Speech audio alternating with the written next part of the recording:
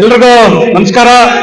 ಏನು ಇವತ್ತು ಗುಡಪಲ್ಲಿ ಗ್ರಾಮದಲ್ಲಿ ಕಾಶಿ ವಿಶ್ವನಾಥ ಸ್ವಾಮೀಜಿ ಪಲ್ಲಕ್ಕಿ ಜಾತ್ರೆ ಕಾರ್ಯಕ್ರಮಕ್ಕೆ ನಿಮ್ಮ ನೆಚ್ಚಿನ ಶಾಸಕರ ಸಮೃದ್ಧಿ ಮಂಜನವರೇ, ಅದೇ ರೀತಿ ಗೀತಮ್ಮ ಆನಂದ ರೆಡ್ಡಿನವರೇ, ಮಾಜಿ ಅಧ್ಯಕ್ಷರಾದ ಗೀತಮ್ಮ ಆನಂದ ರೆಡ್ಡಿನವರೇ, ಅದೇ ರೀತಿ ನಗರಸಭಾ ಮಾಜಿ ಅಧ್ಯಕ್ಷರಾದ ಎಂ.ಆರ್. ಮಲ್ಲಿನವರೇ, ಡಿಸಿಸಿ ಬ್ಯಾಂಕ್ ನಿರ್ದೇಶಕರಾದ ನೆಲ್ಲೂರು ವೆಂಕಟ ರೆಡ್ಡಿನವರೇ, ಗೊಲ್ಲಲ್ಲಿ ಪಂಚಾಯಿತಿ ಮಾಜಿ ಅಧ್ಯಕ್ಷರಾದ ಜಗದೀಶನವರೇ, ಅದೇ ರೀತಿ ನಮ್ಮ ಲಕ್ಷ್ಮೀನಾರಾಯಣವರೇ, ನಮ್ಮ ಡಕ್ಕನ್ ಸಿದ್ದಣ್ಣವರೇ, ಎಲ್ಲ ನಾಯಕರು ಮುಖಂಡರು ಎಲ್ಲರೂ ಸುಮಾರು 100 ನಾಯಕರು ಮುಖಂಡರು ಇದ್ದಾರೆ.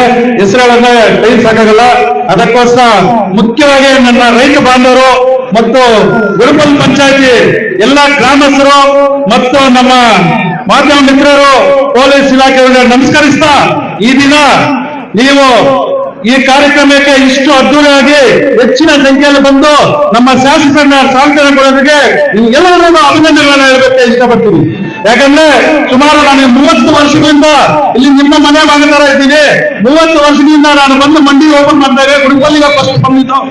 ಆವತ್ತು ನಮ್ಮ ರೈತರ ಆಶೀರ್ವಾದ ಮಾಡಿ ನಾನು ಮಂಡಿ ಮಾಡ್ಬೇಕಂದ್ರೆ ಮಾಡಪ್ಪ ಅಂದ್ರು, ಹುಣಸೆ ಮಾಡ್ಬೇಕಾಗಿ ಮಂಡಿ ಮಾಡಿದೆ. ಇವತ್ತು ಭಾರತ ದೇಶದಲ್ಲೇ ಗೊತ್ತಾಗುವಂತ ಟೊಮಾಟೊ ಮಾರ್ಕೆಟ್ ಆಗಿದೆ. ಮುಳಬಾಲ್ ತಾಲೂಕು ಎನ್ನುವಟ್ಟಲ್ಲಿ ಅಂದ್ರೆ ಎಲ್ಲ ಭಾರತ ದೇಶದಲ್ಲಿ ಮೂಲೆ ಮೂಲೆಯಲ್ಲಿ ಇವತ್ತು ಅಷ್ಟು ಮಾರ್ಕೆಟ್ ಇಂಪ್ರೂವ್ಮೆಂಟ್ ಆಗಿದೆ ಅಂದ್ರೆ ನಮ್ಮ ರೈತರ ಆಶೀರ್ವಾದದಿಂದ ಈ ಒಂದು ದೊಡ್ಡ ಮಾರ್ಕೆಟ್ ಆಗಿದೆ. ಅದೇ ರೀತಿ ನಮ್ಮ ಶಾಸಕರ ಗುಡಪಲ್ ಪಂಚಾಯತಿಯಲ್ಲಿ ಹೆಚ್ಚಿನ ಮತ ಹಾಕಿ ವಿಧಾನಸೌಧ ಕಳಿಸಿದ್ರಿ. ವಿಧಾನಸೌಧದಲ್ಲಿ ಮೊಟ್ಟ ಮೊದಲನೇ ಕಾಲಿಟ್ಟಾಗ ನಮಗೆ ರೈತರು ಅಂತ ಹೇಳಿದ್ದಾರೆ, ಫಸ್ಟ್ ರೈತರು ಅಂತಿದ್ದಾರೆ. ಅದು ಮೊದಲು ಮುಳಬಾಲಲ್ಲಿ ಸ್ಪಷ್ಟವಾಗಿ ಹೆಸರಿಟ್ಟಿದ್ದ ರೈತರ ಜೊತೆ ಅಂದ್ರೆ ನಮ್ಮ ಶಾಸಕರು ಸಮೃದ್ಧಿ ಮಂಜನವರು. ಅದಕ್ಕೆ ಸರ್ ನಿಮ್ಮ ಅಭಿಮಾನಿಗಳು ಸೆಷನ್ ಬಂದ್ರೆ ಮುಂದೆ ಲಕ್ಷಾಂತರ ಅಭಿಮಾನಿಗಳು ಕೂತ್ಕೊಂಡಿದ್ದ ಸರ್. ನೀವ್ ಏನ್ ಮಾತಾಡ್ತೀರ ನಮ್ಮ ತಾಲೂಕ್ ಬಗ್ಗೆ, ನೀವೇನ್ ಹೇಳ್ತೀರ ಅಂತ ಲಕ್ಷಾಂತರ ನಿಮ್ಮ ಅಭಿಮಾನಿಗಳು ಮುಂದೆ ಕೂತ್ಕೊಂಡು ನೋಡ್ತಾ ಸರ್.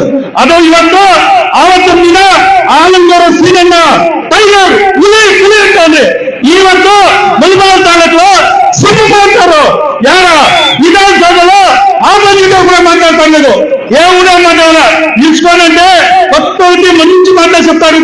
ಅದೇ ಸ್ಪೀಕರ್ ಕೂಡ వాళ్ళు మాట్లాడుతుంటే అంత దీనిగా శ్రద్ధం అంటారు. ఈ రోజు ఆయన చేస్తున్న వాళ్ళ కార్యక్రమంలో మన తాలూకే సర్కారం లేకుండా కూడా అంత సాయం చేస్తున్నాడు. ఒకవేళ సర్కారం ఉండింటే మన ముల్బాలని సమృద్ధి స్థాయిలో.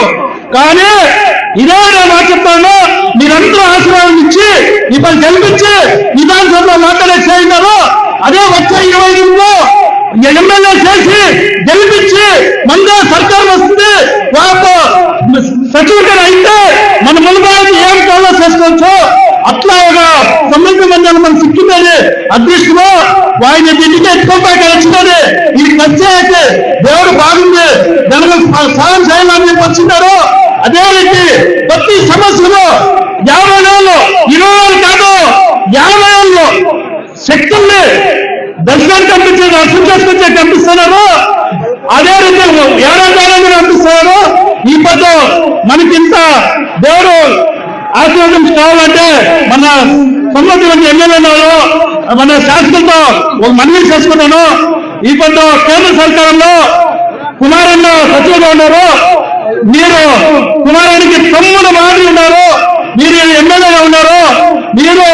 మీరేమన్నా మనసు పెట్టి కుమారన్న ఆశీర్వాదంతో మీ ఆశీర్వాదంతో మీరు మనసు పెడితే కైగాద సంస్థలో తెస్తే ఈ రోజు ఈ ములబాల్ తాలూకులో ఒక ఎస్ఎల్సి సెకండ్ పీసీ బిఏ అంటే చదివించవచ్చు.